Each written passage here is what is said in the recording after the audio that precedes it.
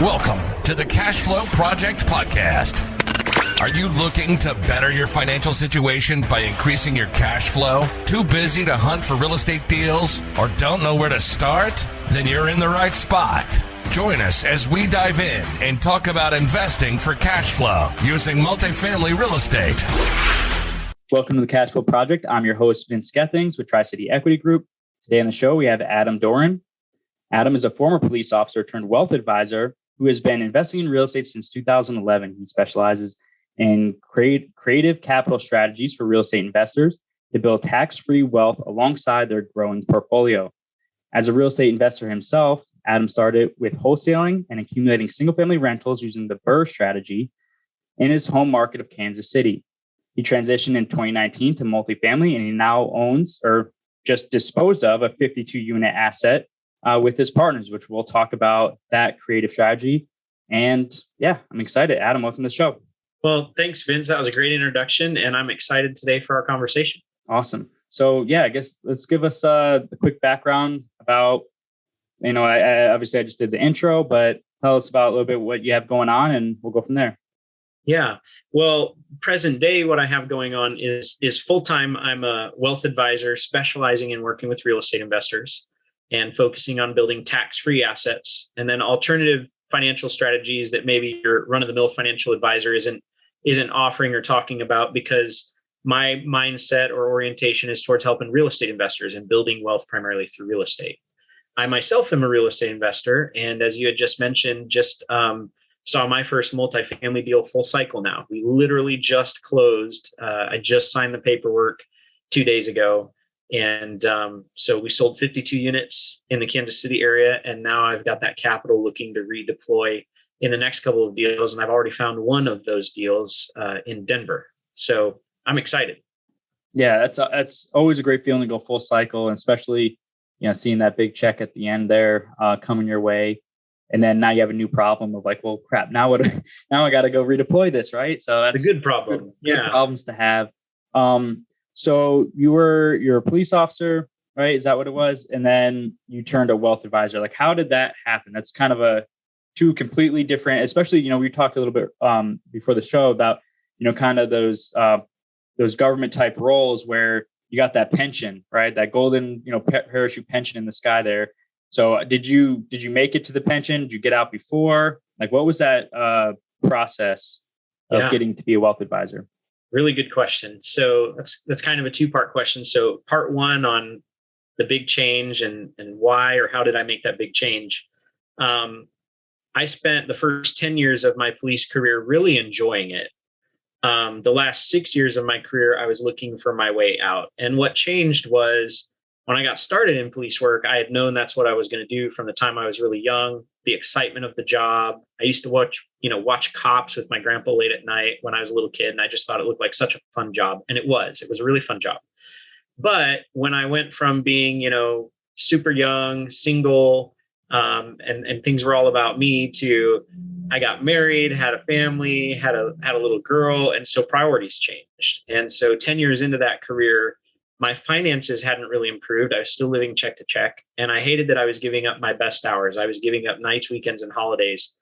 And with my family, instead, I was spending it at work. And so I started exploring, what would I get into to improve my financial situation and also have more time freedom, and started going to seminars and basically concluded that I needed to learn about starting and building a business of my own.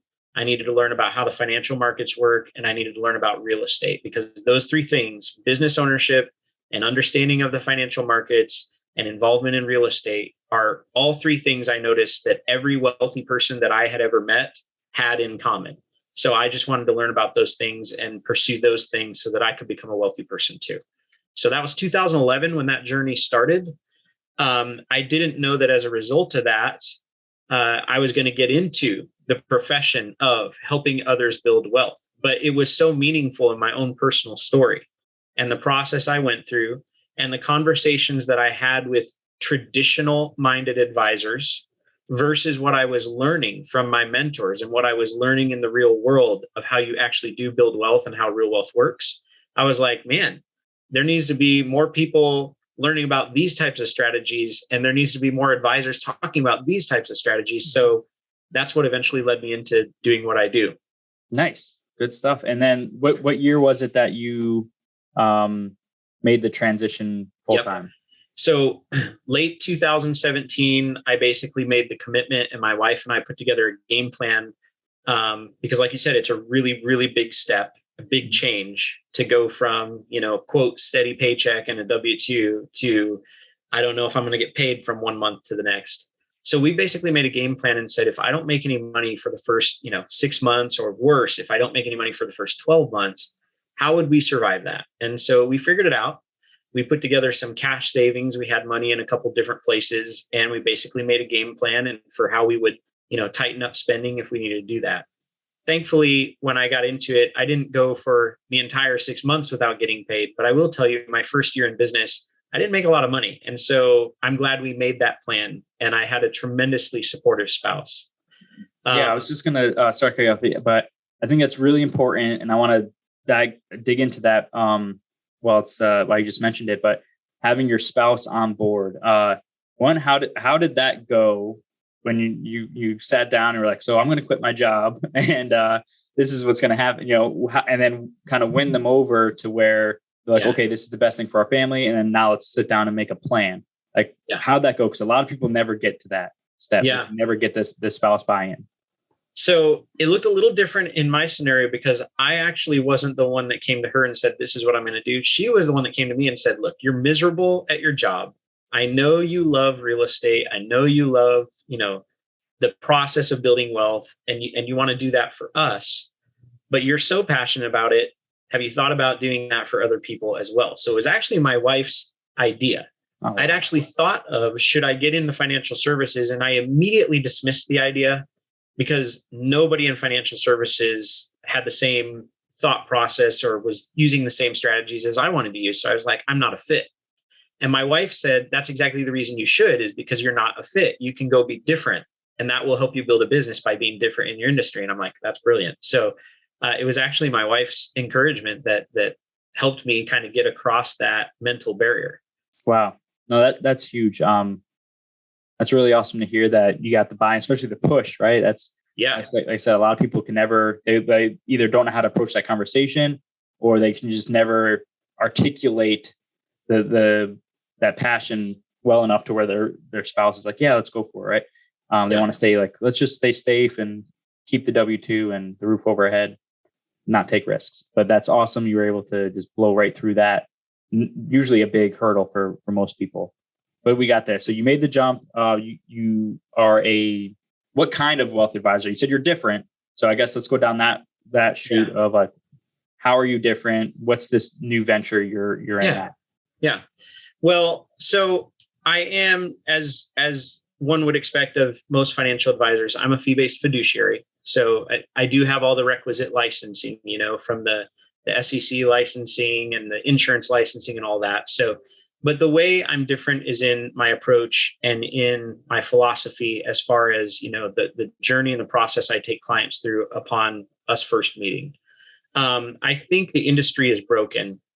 I think the industry is broken because it generally takes control away from clients and puts it in the hands of the advisor. And it creates situations where it takes away liquidity. You don't have access to your capital. It goes into these accounts that you're not allowed to touch till you're 59 and a half. And it puts you in a tax trap unwittingly, where I think most Americans are, unless you've really studied on and understand how these different types of accounts work, the history of tax rates and where tax rates are likely headed in the future.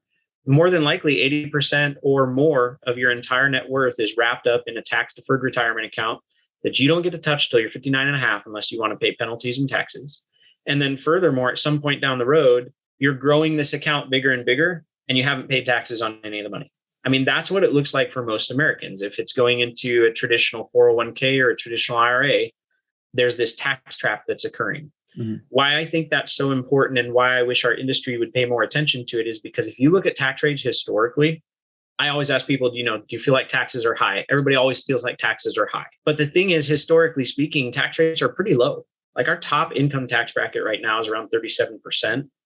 Back in 1944 and 1945, the top income tax bracket was 94%. And that Wow. was during World War II. And for a good part of our nation's history, top tax brackets were above 70%. It wasn't until late 70s, early 80s that taxes started coming down to where we are today, where the top tax bracket was hovering at or below 40%.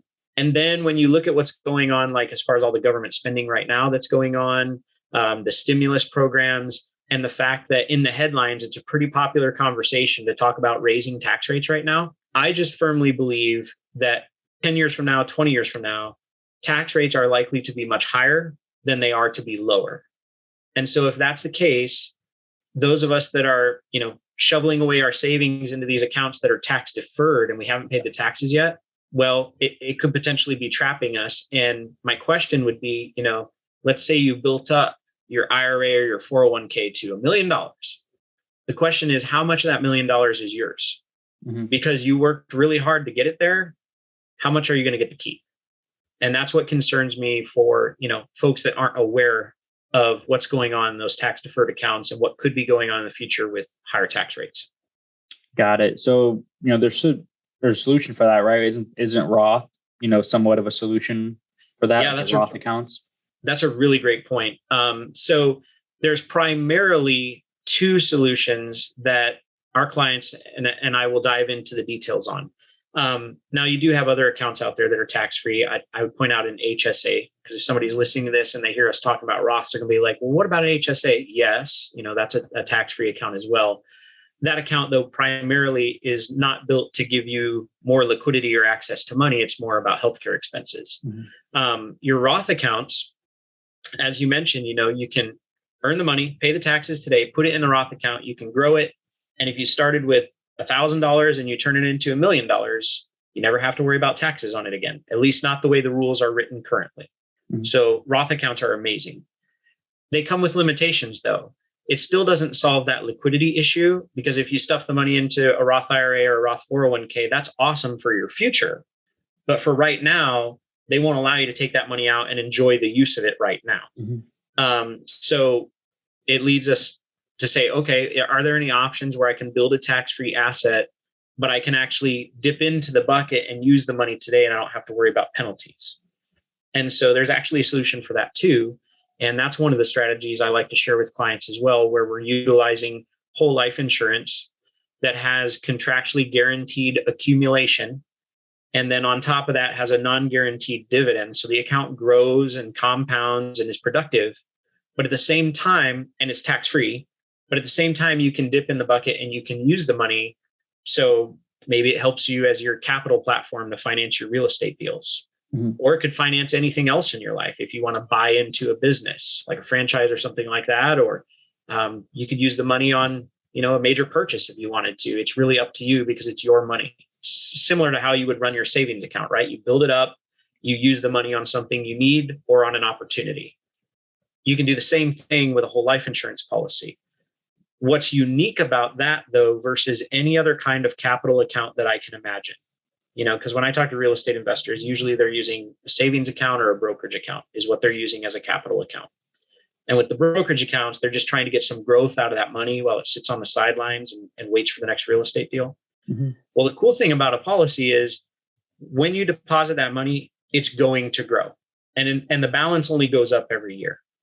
And even when you take the money and use it in a deal, the account continues to be credited the minimum guaranteed crediting rate and continues to accumulate those non-guaranteed dividends.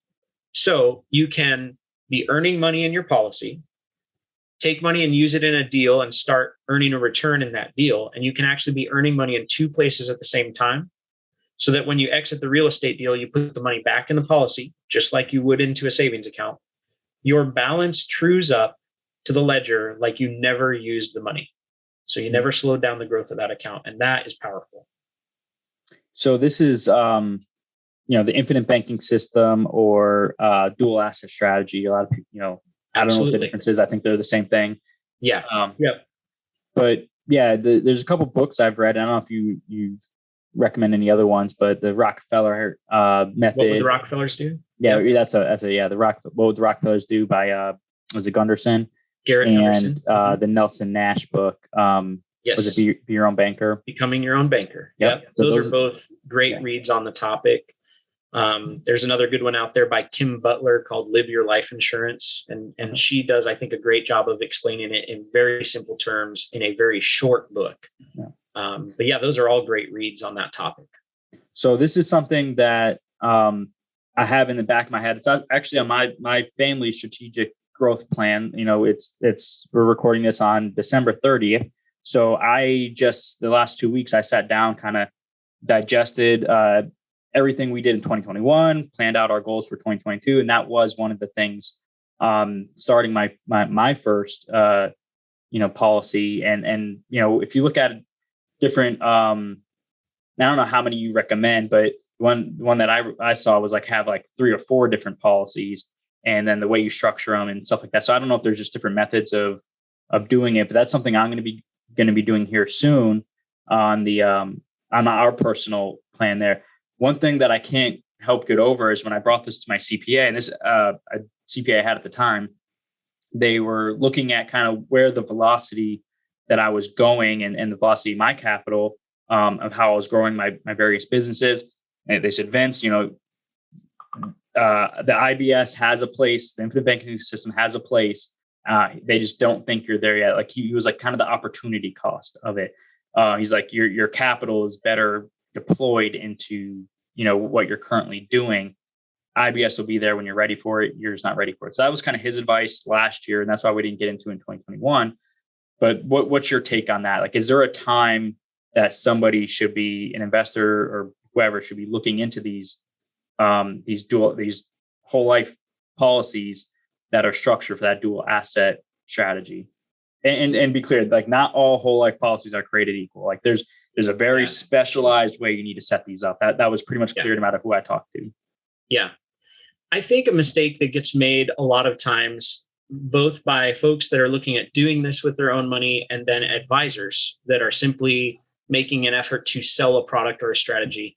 I think the mistake that gets made is we look at this one particular strategy without consideration of all the other things going on in your financial world.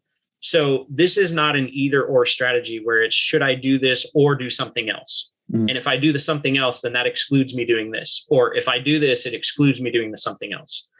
I think that's not the right way to look at it. I think either or thinking is not the right way to look at it. I think viewing it through the lens of your philosophy around money and what you want your wealth to do long term. This is most definitely a long-term strategy. So short term, it's never going to be a viable strategy because it is a long-term wealth building tool. So I don't look at it in competition with the other assets or other pieces of your financial puzzle.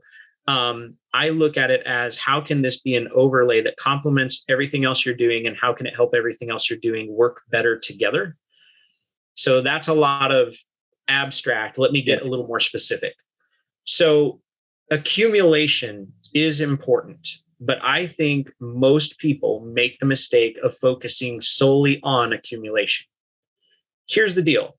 And it kind of goes back to what I said about the tax trap problem. It doesn't matter what you accumulate if you don't have a plan for distribution as well. Because let's say you accumulated $1 million, but you put it in the wrong bucket, or maybe not the wrong bucket, but in a bucket that doesn't serve you as well as if you'd accumulated half that amount in a different bucket. And what I mean by that is, there's this financial convention around a 4% safe withdrawal rate. And the idea behind that is, in retirement, when you go to start drawing off your assets, you can safely take 4% of the total balance every year, and you hopefully won't run out of money. Well, first of all, that in itself is controversial, and I'm going to leave that alone because that's another conversation for another podcast. But let's just say that it's true, for example's sake. Well, if you have $1 million and you can live off 4% of that, what is that? Is that $40,000 a year? Yeah. I think that's $40,000 a year, just doing the math. Yeah. Okay. Well, what if you didn't have to accumulate any more money, but you could actually live off twice that amount? See, the distribution plan matters. And so when we incorporate this asset, the life insurance, as another tax-free bucket, and we add that, maybe you're doing a Roth already, so you've got that tax-free bucket. Maybe you're doing a 401k at work or a traditional IRA already. When we plug this in as one more piece of the puzzle, we could potentially boost that safe withdrawal rate from 4% to 6, 7, 8%. Mm-hmm. And you don't have to accumulate anymore. So my point to saying that is, I think you have to look at it on a person by person basis. What are you doing? What's your plan? And how do you want to distribute your assets? Because how you plan to distribute them is every bit as important as how well you accumulate. Mm-hmm.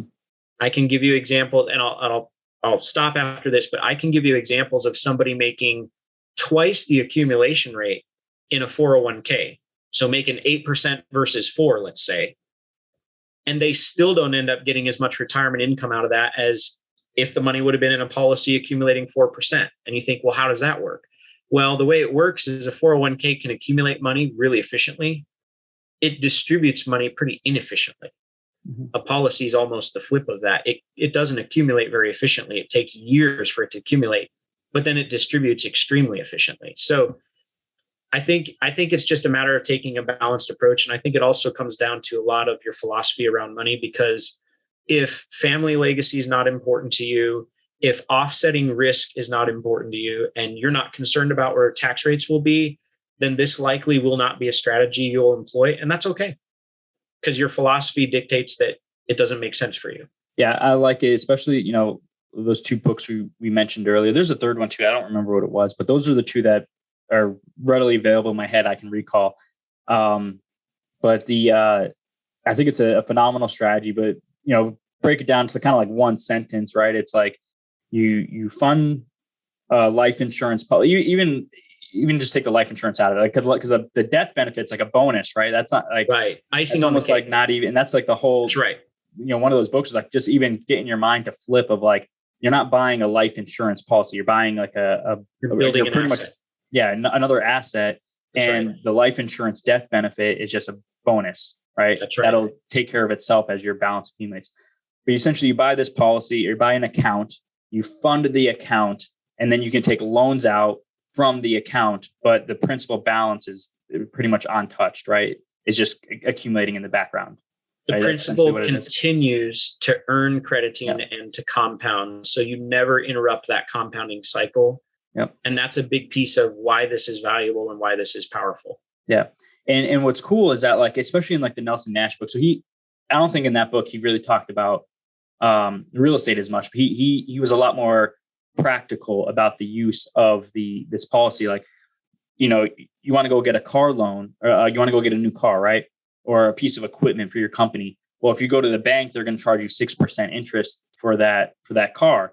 Well, you can do a $30,000 loan out against your life insurance policy and write a 5% interest or a 4% interest note, and you're paying that interest back to yourself. So you're still getting a better deal because you're paying less interest than you would the bank. You're not hurting your credit, and you're earning pretty much twice the interest because you're earning the interest that you're paying back to yourself, plus the interest that the account itself is accumulating in the background naturally. So you're earning, like, you're arbitraging your own money twice. And that was like a real eye-opening, because normally it's like, I think about, okay, how can I make a strategy for real estate? I'm thinking about, okay, real estate. And in that book, the Nelson Nash book, was like, this stuff can be used for anything. You want to go get a car, use the policy. You want to go send your kids to college, use the policy. Like, anything that you would normally go to a bank for, like, you'll eventually not need to, and use your own policy and pay the interest to yourself, and just, supercharge that accumulation. So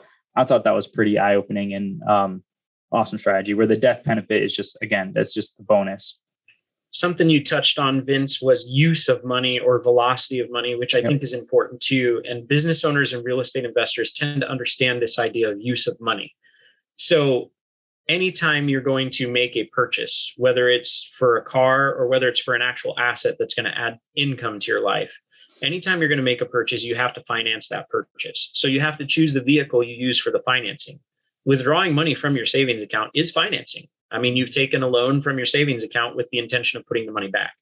But the use of money piece is so valuable because, just as you said, let's say we buy a property, a cash flowing property, and we make payments on a mortgage every month on that property. there's nothing wrong with that, by the way. And that's how you're likely going to have to finance your deals. But when you make that mortgage payment, the mortgage company doesn't turn around and give you access to those dollars again. They don't say, oh, okay, thanks for depositing $1,000 this month. That opens up $1,000 more in a line that you can now use. However, if you finance with a policy loan and you deposit $1,000, guess what? That just opened up the line again. You can use that $1,000 again. So when you talk about use of money and velocity of money, it's just a lot more efficient because every time I make a deposit, if I want, that capital is available right back to me again to use. Same as a line of credit. Yep. Awesome. All right. Well, I think we beat that one to death. We want to know more. I think those two books are great places to start. They're very fast reads. Well, the Rockefellers do. And then the Nelson Nash book. What was that one again? Be Your Own Banker or something? Becoming Your Own Banker by Nelson Nash. Yep. Those two are a great place to start, or reach out to Adam. Anyway, so for the people that listen, they're like, oh, that sounds kind of complicated, or they want more of a I don't know, or it's just complicated, or they're not ready yet. There are other strategies that are obviously more a little bit more accessible, a little bit easier to set up, and a lot more cheaper to set up. That's another kind of barrier to entry to whole life. Is it costs money to kind of set this business up that you're doing, this account you're setting up. So I think the Roth, the self-directed route, I think is a phenomenal tool to use. And a lot of people, either they don't know about it or you're telling about it and they're like, that can't be real. And I'm like, it's incredibly real. It's incredibly cheap to set these up and even enroll your current, Roths or whatever you have into a self-directed. So do you have self-directeds or experience with that? I do have a self-directed Roth IRA. And actually this goes back to the second part of that question you asked right at the beginning of our conversation of when you left police work, did you have a pension? Mm-hmm. And yes, I did. And I looked at what my pension benefit would be if I stayed in that program. And it just didn't look like a significant enough amount of money to me. So I chose to roll out the lump sum into a traditional IRA. Mm-hmm. And then after I did that, I paid all of the taxes on all of that money and converted it all to a Roth IRA so that I'd never have to worry about taxes in that account again. And self-directed that Roth IRA so that now I'm able to take and invest that money in real estate deals. Mm. So self-directed IRAs are, I think they're becoming more and more widely talked about. This is a program that Mitt Romney used to build his wealth, a self-directed Roth. I'm sure plenty of other recognizable names, people have used this strategy. And I know a lot of folks are using it in the real estate world. But I mean, very simply put, there aren't very many things that you can't invest in with an IRA. It's just that if you have a traditional setup with a traditional brokerage house, they don't let you know what all's available. They just give you whatever their menu of options is. And usually those are Wall Street products, right? Stocks, bonds, mutual funds. Mm-hmm. Well, the world of IRA investing is a lot bigger than that. And so I would encourage anybody, if that's an interesting thing to you, you can certainly Google it. One of my favorite resources on that is the Self-Directed IRA Handbook, which was written by Matt Sorensen. He's an attorney and CPA, very knowledgeable. I would say probably foremost expert in this. His book, Self-Directed IRA Handbook, is excellent. And then, of course, just by a Google search, you can get all sorts of good info on, how do these things work and what are the caveats and that kind of thing. Yeah. And we were talking about your 52 unit, right? And that's how you funded the 52 unit. You did the self-directed. So, funded that. You have real world firsthand experience of this strategy works. Yep. Right. And it's phenomenal. So you took a retirement account and bought a 52 unit apartment complex with it and you went full cycle, right? Yep. So, and it's a very, very powerful way to, again, your retirement investing does not have to be as narrow as what they tell you at, whatever brokerage house you're using. You can really open that up and expand it to real estate, business ownership, all sorts of things. Yep. And then, you did it, it works. And now you're going to look into, you just sold the 52 unit and you're looking to redeploy that capital. It all went back into the account or will here soon probably. And tax free because you already pay the taxes on it. Right. And that's huge. Right. So you don't have to worry about doing any kind of 1031 or anything like that. Or, into the next deal because tax has already been paid. Right. Correct. Great stuff. So yeah, that's those are kind of two of the main things I had to talk about was, the whole life policies and the self-directed. I guess, we can kind of shift gears a little bit and just say, what are some of the things in this journey since 2011 when you had that moment of wanting to do something new? What are some of the obstacles that you faced? How'd you overcome them? And what are some of the mistakes you've made? Yeah.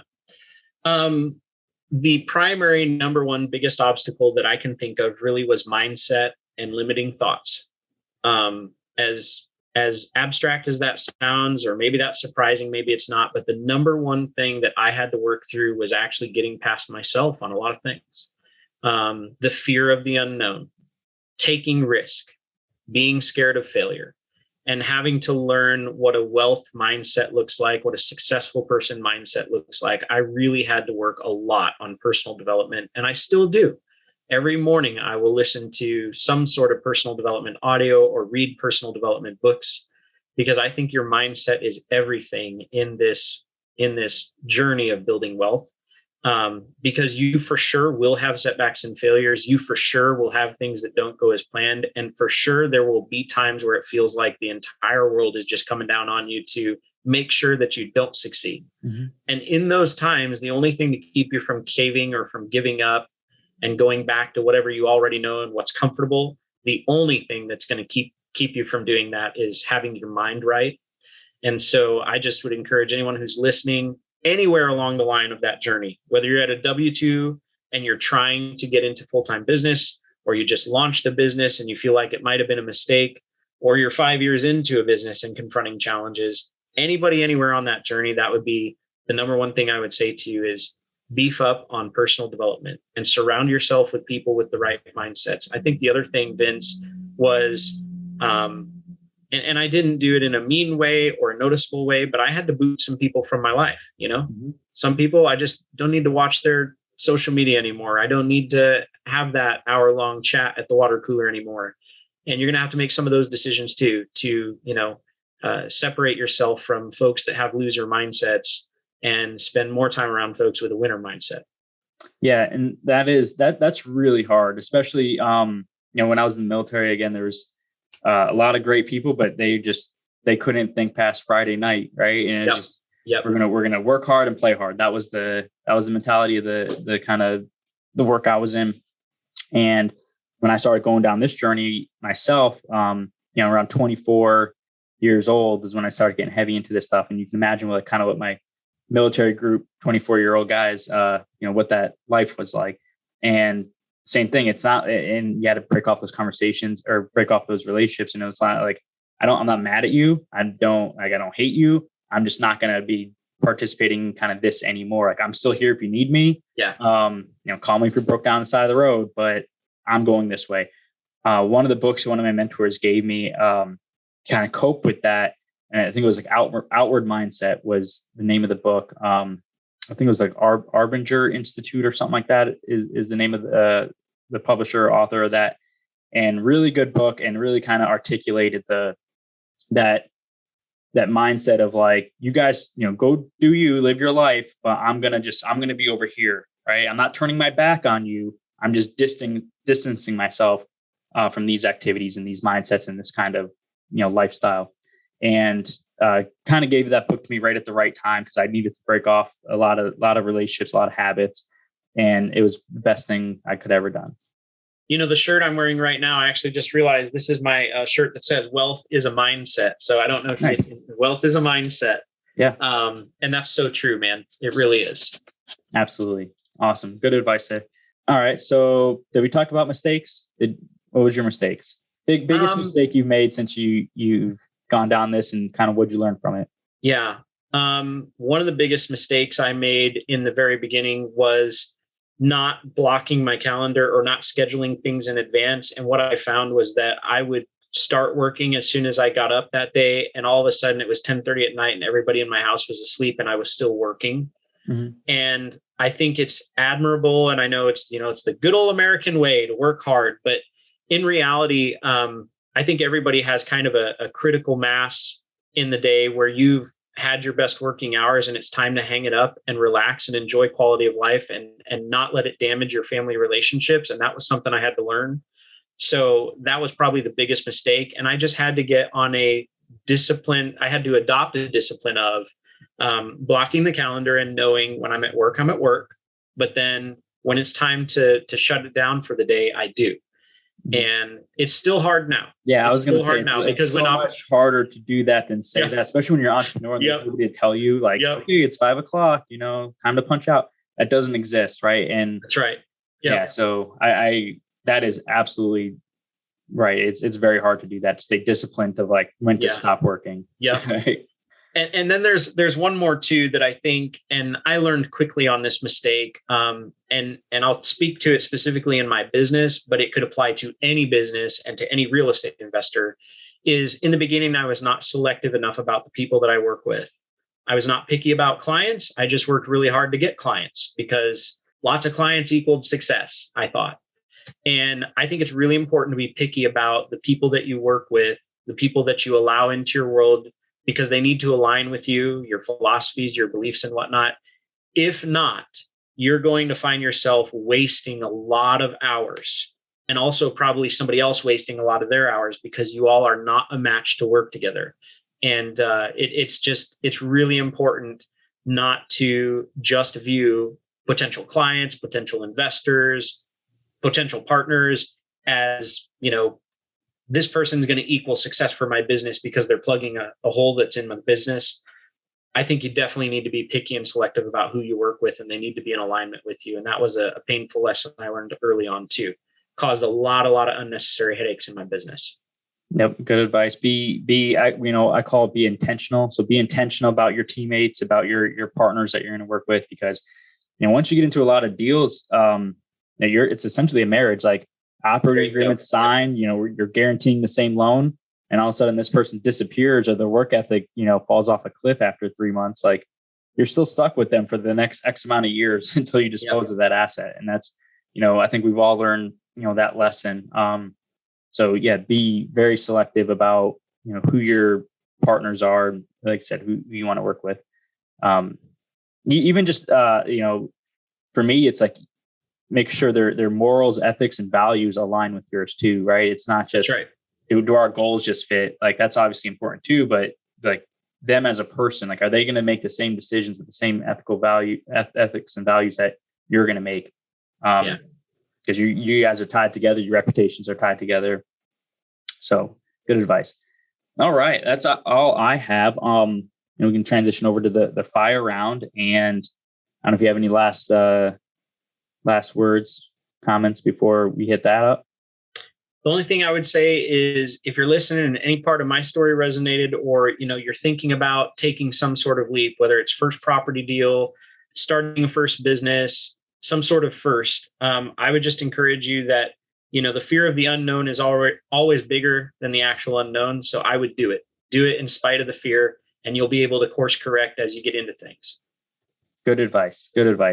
I always just burn the ships. That's my philosophy. That way there's no turning back. There's no safety net. I have to build this plane before, I hit the ground if I jump off a cliff. So love it. Parachute. That's what it was. Parachute. All right. Fire round. What is the best book you recommend other than Rich Dad Poor Dad? I think Secrets of the Millionaire Mind by T. Harv Eker is a fantastic book on everything I just mentioned about wealth as a mindset. So I really recommend Secrets of the Millionaire Mind by T. Harv Eker. Great book. One of my mentor's favorite books. Love it. All right. What is your superpower? My superpower is I have the ability to read the room, read people very quickly, and assess like the personality that's in front of me, and then tailor my conversation and approach to that person so that I'm able to kind of speak with them in a way that they really understand and that vibes with them. Good. Is that something is that nature or nurture? Did you learn that I developed that as a police officer on the streets. I was able to connect with, anyone from somebody living in the richest neighborhood in town to a homeless person under a bridge, and just understood how to connect with people on wherever it is they're at. Good. That is a superpower. It's a very good one. Love it. We already talked about what's the biggest lesson you've learned. Do you have anything else other than that one? Or skip that one. What's the biggest lesson you've learned in your career? Well, in my real estate career, the biggest lesson I've learned is know your numbers and buy right. all the time. Know your numbers and buy right. And in my police career, what I learned is never burn bridges with anyone just because people come back around somehow. Love it. Okay.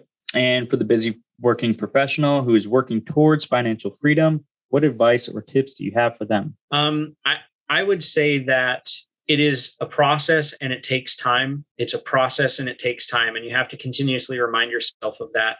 I think what's helpful to me is oftentimes, my goals are ambitious. Oftentimes I find myself saying, man, I should have got more of this done faster. I should be further down the trail. And I think all of us probably do that. Your inner critic is probably, your worst critic.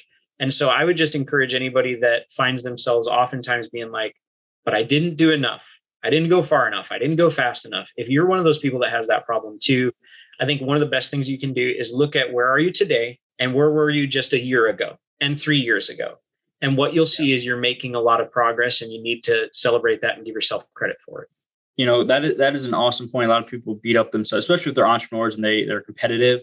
They're most competitive with themselves. What really helped me because I'm very competitive is journaling. Actually, you mentioned your morning Absolutely. routine. Now I'm a big fan of the Miracle Morning and just making that your daily habit. And whenever I'm kind of like looking down at myself, I just flip back like 6 months, right? If you do a daily journal of kind of what your goals are today or this week or whatever, or quarterly goals, and then you flip back like 6 months, a year, and you're reading those goals, it's like, holy crap, this is a 1 year goal and I crushed it in 3 months. Yep. So that really helps with that mindset of staying on that mindset of being motivated, staying on the right track and not losing focus is the daily journaling. Because when you get in those things, so like those days are like, man, I got nothing done this week or whatever. It is a process and it's the time, the time in the game, the time in the market rather than timing the market. Like you're not going to, win the lottery here. It's just, you got to stay focused and persistent. And the journaling helps you remind of how far you've actually come. So that was great advice on that. That's all I have. How can our listeners reach out to you? Best way to reach me is on LinkedIn. I'm the only Adam Doran on LinkedIn that's in Kansas City. And so I'm easy to find on there. I'm on there every day. And that is my number one way of connecting with new people. So shoot me a message with your connection request. And I'd love to we can get on a call or whatever, but love meeting people using LinkedIn. It's such a great tool. Awesome. All right. You got it there, folks. Reach out to Adam on LinkedIn. Well, Adam, thanks for the show. It's been very insightful. I love the whole life stuff, the infinite banking, the creative Roth IRA strategies, and everything you're doing is phenomenal. Thanks, Vince. This was fun.